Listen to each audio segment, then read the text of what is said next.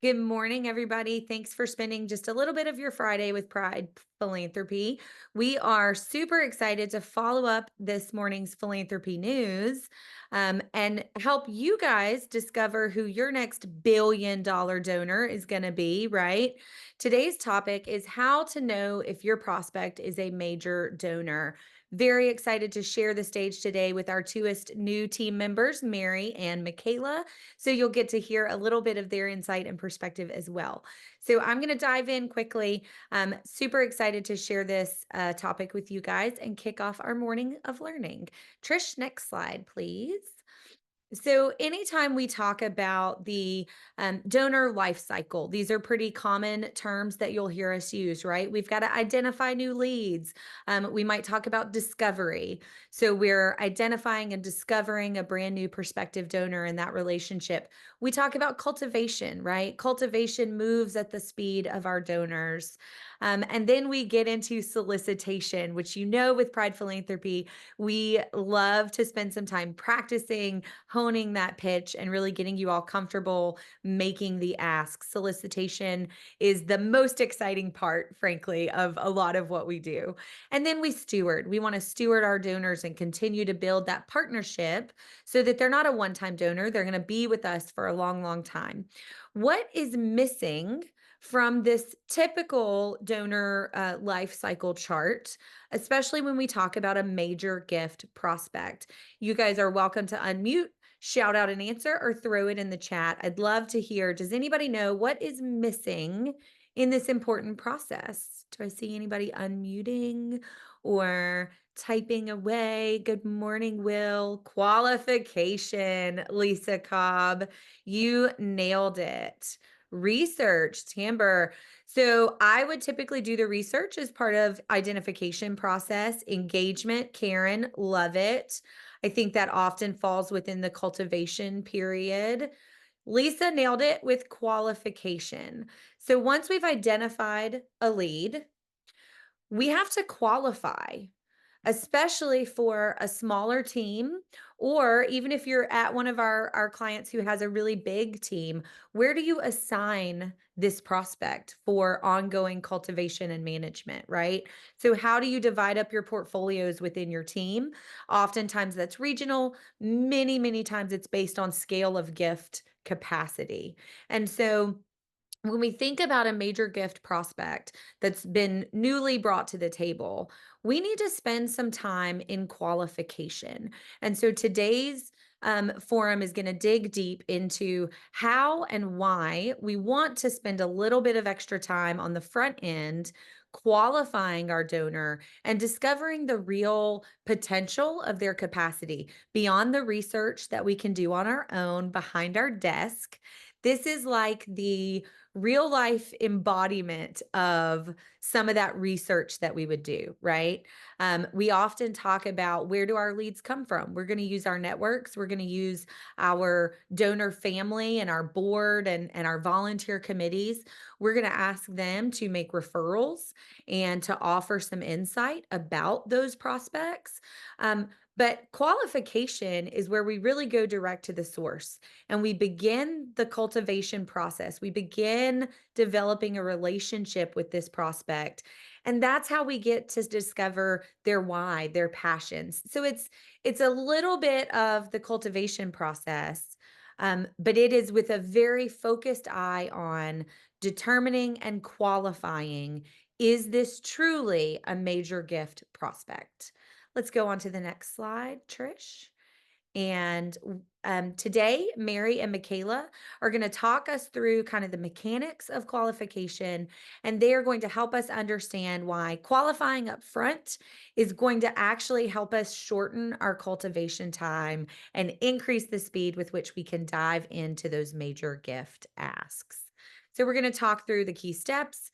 We're going to talk about moves management, and we're also going to become experts in how to qualify our donors. So I believe Mary is going to take it from here.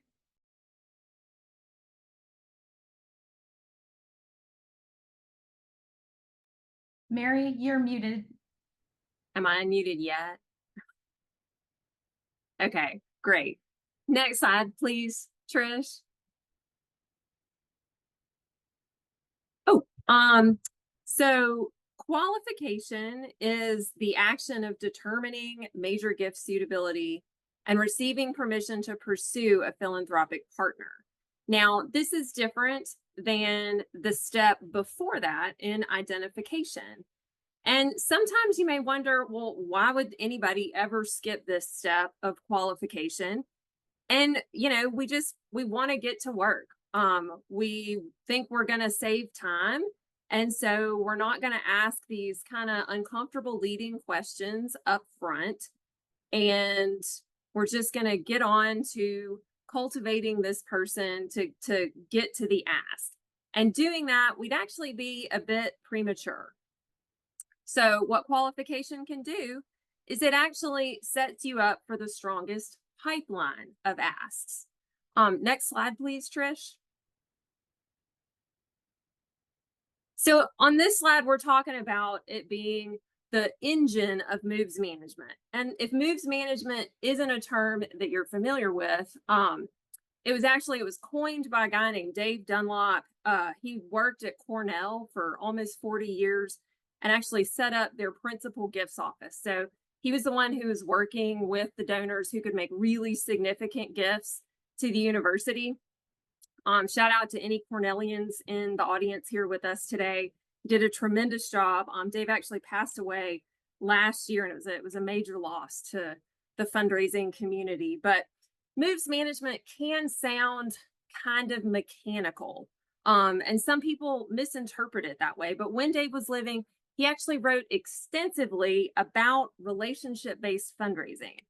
So he didn't mean for it to sound like something that's like a chess game, or like the donor and the fundraiser are opposed and are trying to outmaneuver one another. It's not those kinds of moves.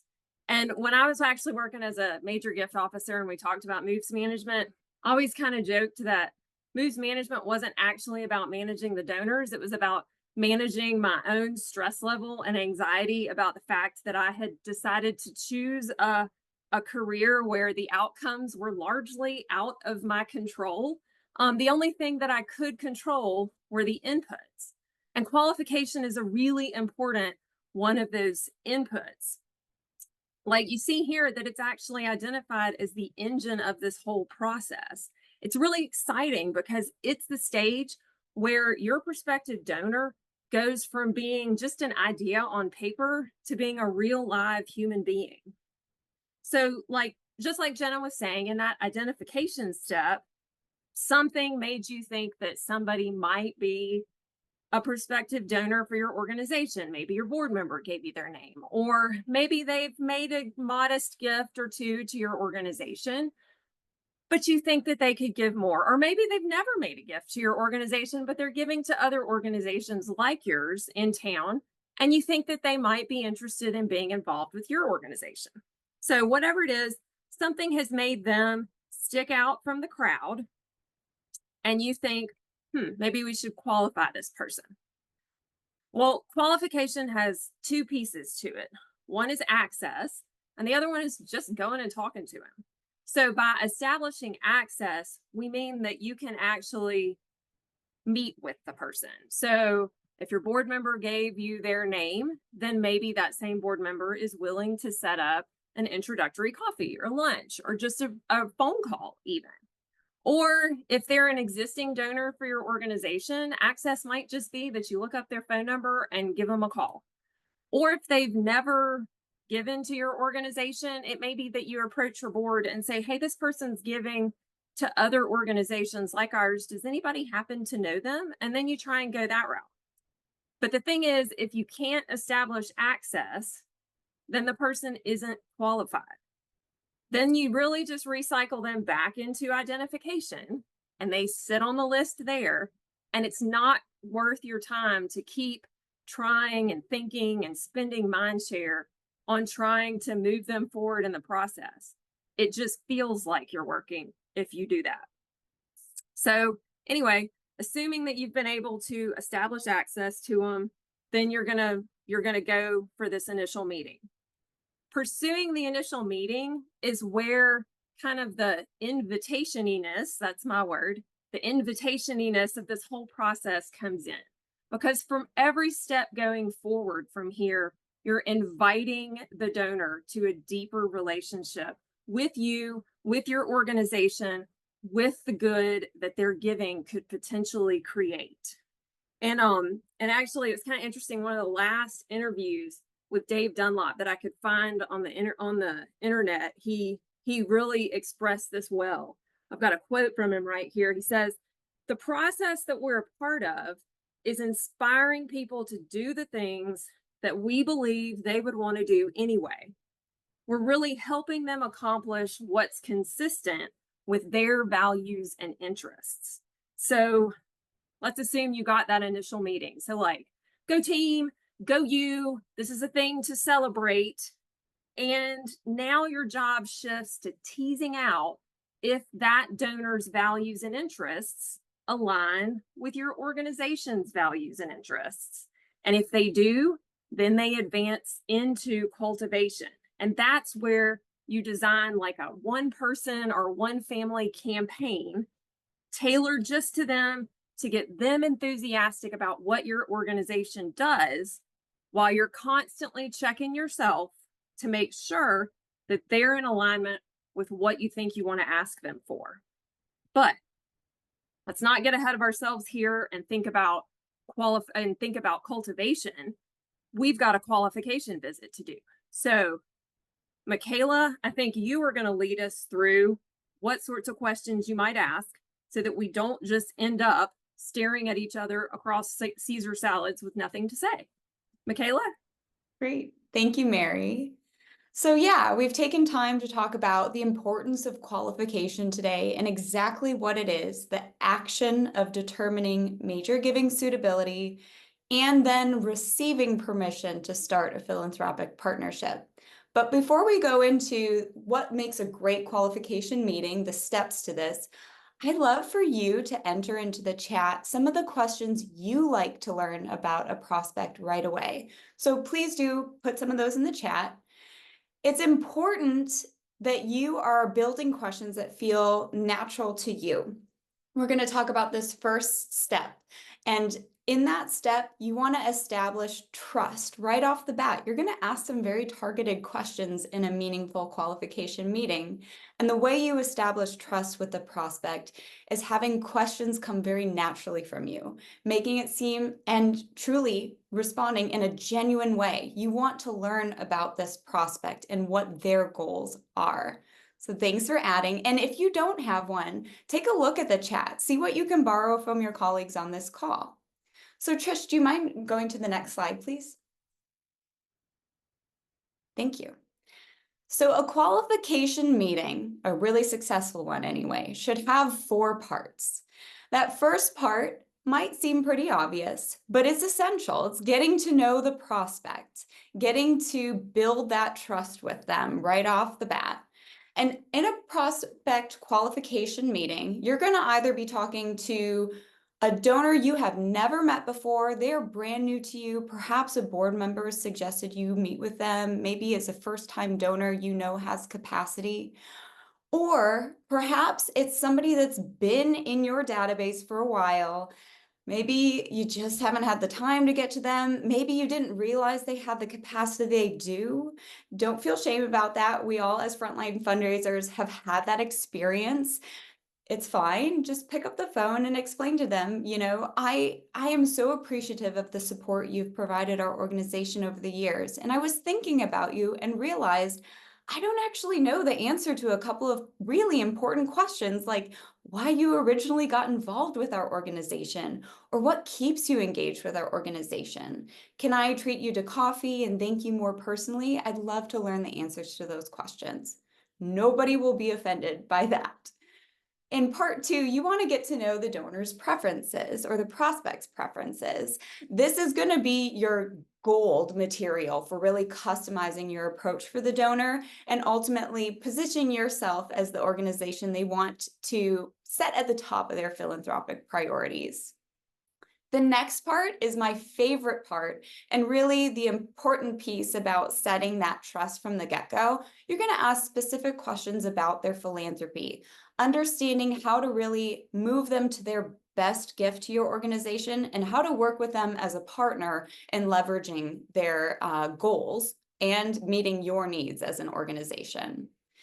And then the last piece is the qualification question. So this is the most important part for that second part of our definition of qualification. This is where you ask for permission to keep that relationship going. And if the answer is yes to this, then you are moving on to cultivating that major donor prospect, and you've eliminated a few steps of cultivation along the way. So Trish, would you please move to the next slide? Here are some example questions for the part one, getting to know your prospects. And just kind of look through these. What sort of fits with your style? I always kind of like to start, especially with a new prospect. Tell me about your life and interests. Like, how did you get involved with our organization? I also love this last question on this slide. Why were you open to meeting today or talking on the phone or a Zoom call, however you're facilitating that meeting? This can really shock a donor, and they realize in that moment you're interested in their perspective. You're not here just getting them ready for an ask. You're here to learn what they want out of your relationship together. And Trish, to the next slide, please. So in part two, like I said, this is the section that's really going to key you into what the right initiative or program to pair them with is. For example, this last question here, what are the most critical results you expect our organization to produce? Their response is going to tell you what program you should start cultivating if the response is yes to the qualification question. Or the third question here, as you think about the future of our work, what are some of your concerns? You have two opportunities depending on the response. Maybe you're already addressing their concern and they're just not aware of it. You can instill confidence in your organization by responding, we agree with you. In fact, we're actually doing these things to address that issue. I know it wasn't our latest newsletter, but I'm so thankful for the opportunity to share this with you. Or perhaps this is an issue that your team has also identified and hasn't yet found a solution to. What a great opportunity to invite that prospect to be a part of the solution. Trish, could we move to part three, please? Thank you. Then my favorite part of the conversation, and I have a suspicion, maybe it's not true, but I have a suspicion that many of you might not even be able to answer some of these questions regarding your board members, because it's a personal question, but can really help you get to their best gift quickly. Learning about their philanthropy and what they view their philanthropy as. Easy questions can start with, why do you give of your personal wealth? But get a little bit more specific and you can really kind of figure out how you should tailor your communications to them. How do you make decisions about your giving, or who do you involve in your decision making? Details like this, if you find that you're speaking with a couple and there's one partner in the couple that really makes the decisions, make sure your communications start with their name. Include both names, absolutely, but really show that you have heard who the decision maker is in that scenario. Or maybe you'll learn something, maybe the prospect will share, I speak with an advisor on a biannual basis. We kind of talk through what I care about and how to really take advantage of some tax incentives. What great information for you. This is a donor or prospect that has the resources to be able to take advantage of maybe some more complicated vehicles, right? At the bare minimum, let them know you accept donor advised funds, or perhaps your organization is a qualified recipient for some tax credit incentive that you're not the advisor. You're not saying, oh, this would be a great fit for you, but you could certainly tell them, we're a qualified recipient of this. I wanted to send some information. I know you speak with an advisor next month. Why don't you see if that's a good fit for you and let me know if you have any questions, right? So this can really move your relationship along a lot faster. Usually in this part of the meeting, depending on the sophistication of the answers you receive, you have an idea of whether or not this is your major donor prospect. But I also caution, everybody's philanthropic journey begins somewhere. And so just because they don't have a sophisticated answer doesn't mean that they aren't a major donor prospect. So that brings us to the fourth part of the donor qualification meeting. And this is the most important part of the meeting, right? This is what sets you up for success to solicit in the future. Would you be interested in remaining connected more personally? I'd love to share some opportunities that arise that align with the interests you shared with me today. In this case, if the prospect says yes, you're ready to go. You've already learned in part 2 what their preferences are, what they're kind of interested in part 3, how they make their decisions. Couple more cultivation steps at max, figuring out which program is the best, and then you're ready to solicit that major donor prospect, right? If their answer is, I'm not really sure, or no, that is also a success. I just want to frame that for you. You're learning about where that donor is, and it's okay if they're not ready quite yet. That doesn't mean you're not going to continue pursuing that relationship. It just means you're going to make a slightly different decision about how you pursue that relationship.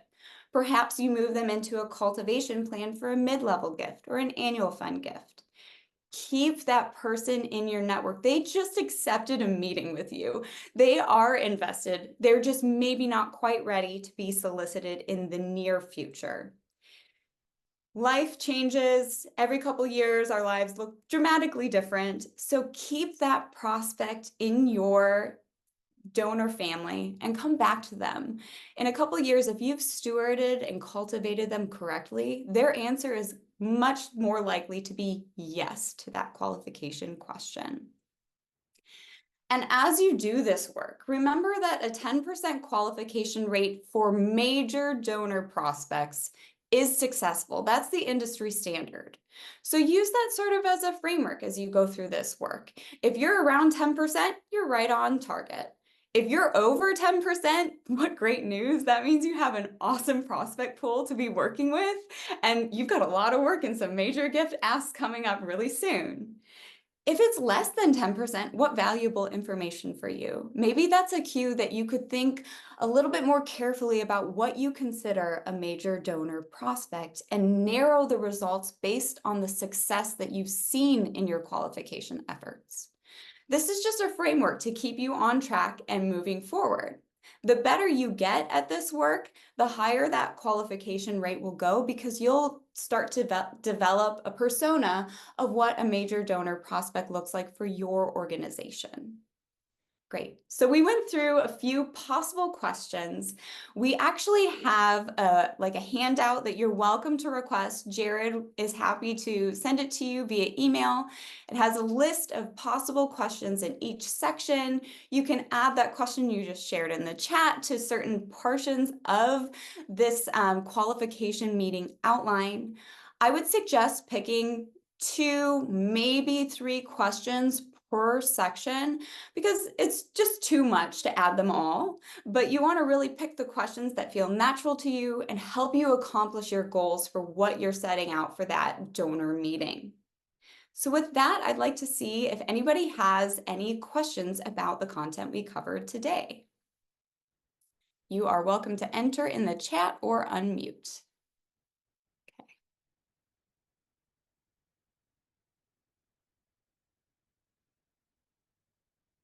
Yes, Lisa, to clarify, 1 out of 10 prospects you speak with, if you are qualifying them for major gift support for your organization, that's a successful rate.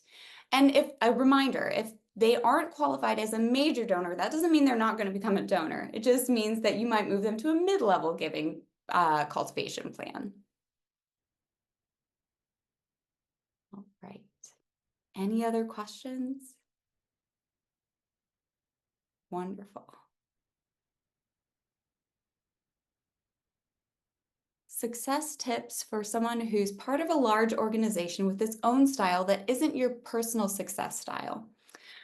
So I would say Karen, when you're securing these meetings, you are the one that's asking the questions. So you get to pick the questions you're going to present to the donor.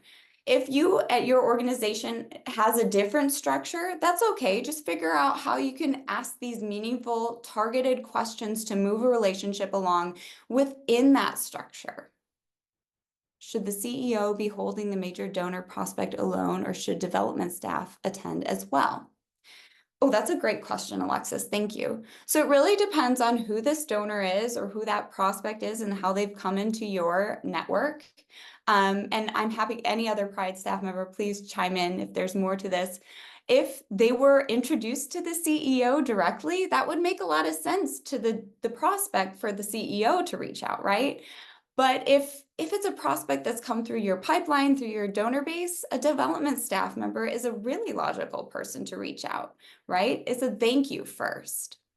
Yeah, I would love to chime in. Alexis and Karen, both great questions.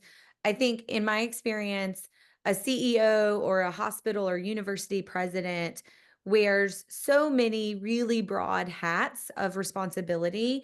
It is rare that they have the capacity to fully manage a major gift relationship. And so I think Michaela alluded to it earlier, or Mary, you may be the prospect manager, but that also means like managing your own anxiety and the relationship building. That means also managing the other players that are affiliated with your organization that are helping cultivate and solicit this donor. And so while the CEO might have a very small portfolio of prospects that they are primarily the manager of, I think in most situations, it is better for a development staffer to manage that portfolio and coordinate where a CEO or a president would be involved in that relationship. So a lot of times we say the CEO will be involved in the solicitation or the stewardship because they're a key player and a big voice. And Karen, I'd love to dig in deeper if you have more questions or kind of specifics around your organization. So excited to have y'all engaging today. Well, thank you, everyone. And with that,